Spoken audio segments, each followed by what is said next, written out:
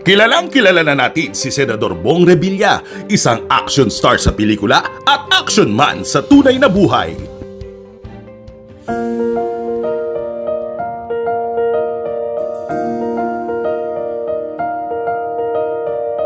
Patuloy niyang ipinaglalaban ang ating kapakanan bilang lingkod bayan.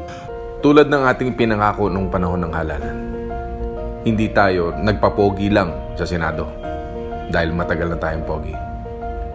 Hindi natin ipapahiya ang milyong-milyong Pilipino na naniniwala at nagtiwala sa atin. Patunay po yan na si Bong Revilla, lalaking kausap.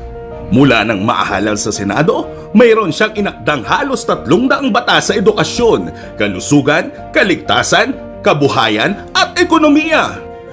Naipasa niya kamakailan sa Senado ang kanyang panukala na magtataas at magtatatag ng permanenteng teaching supplies allowance ng mga guro. Mula sa kasalukuyang 5,000 pesos ay tatanggap na sila ng 10,000 pesos. Sponsor the Kabalikat sa Pagtuturo Act.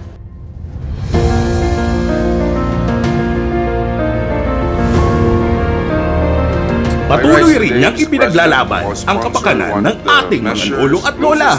Hinain niya ang panukalang batas na magpapalawak sa natatanggap nilang discount para maisama na ang mga bitamina at iba pang pampalakas ng kanilang kalusugan.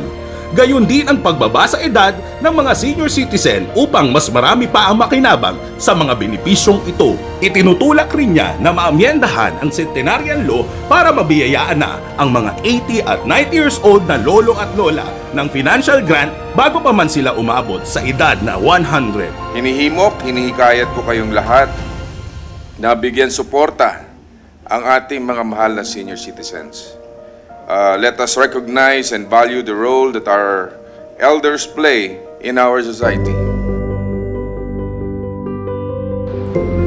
Siya ay naging vice-gobernador ng Cavite noong 1995 at gobernador noong 1998. Dahil sa kanyang pakikipaglaban sa iligal na droga, ay ginawaran siya ng Medal of Valor ng International Narcotic Enforcement Officers Association sa Albany, New York.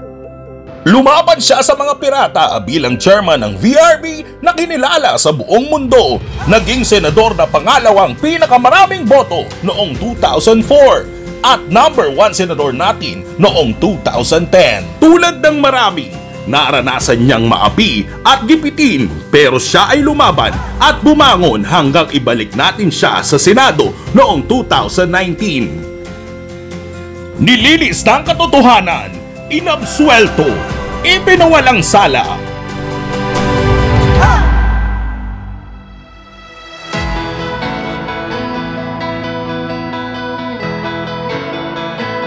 Narito po ako hindi bilang isang artista kundi isang nagsisilbi sa bayan bilang inyong senador.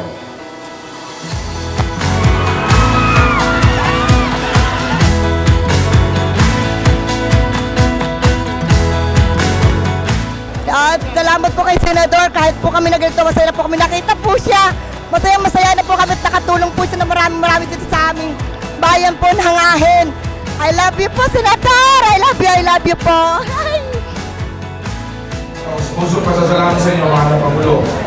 Tandaan niyo po, basta po kami palaging nasa libre ninyo. Siya ang pinakauna na bumisita po sa atin. Siya ang una na galing sa national na leader natin na pupunta dito sa ating.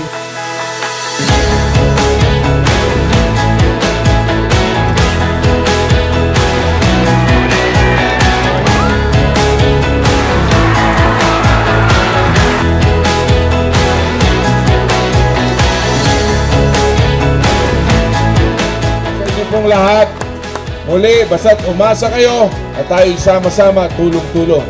Ha? Basta tayo'y babangon at kaya natin itong mga pagsubok na to.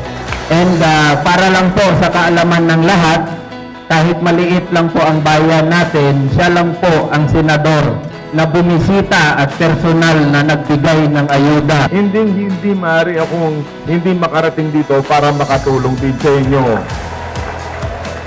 Kaya gagawin ko po lahat para makatulong sa inyo, mga kababayan ko.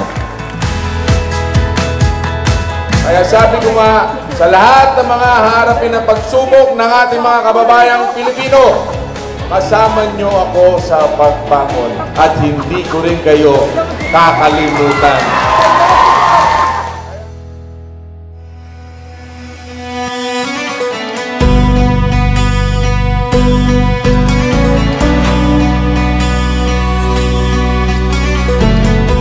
Sa lahat ng pagkakataon, lagi siyang nasa ating tabi para agad na sumaklolo at umagapay. Ang panday,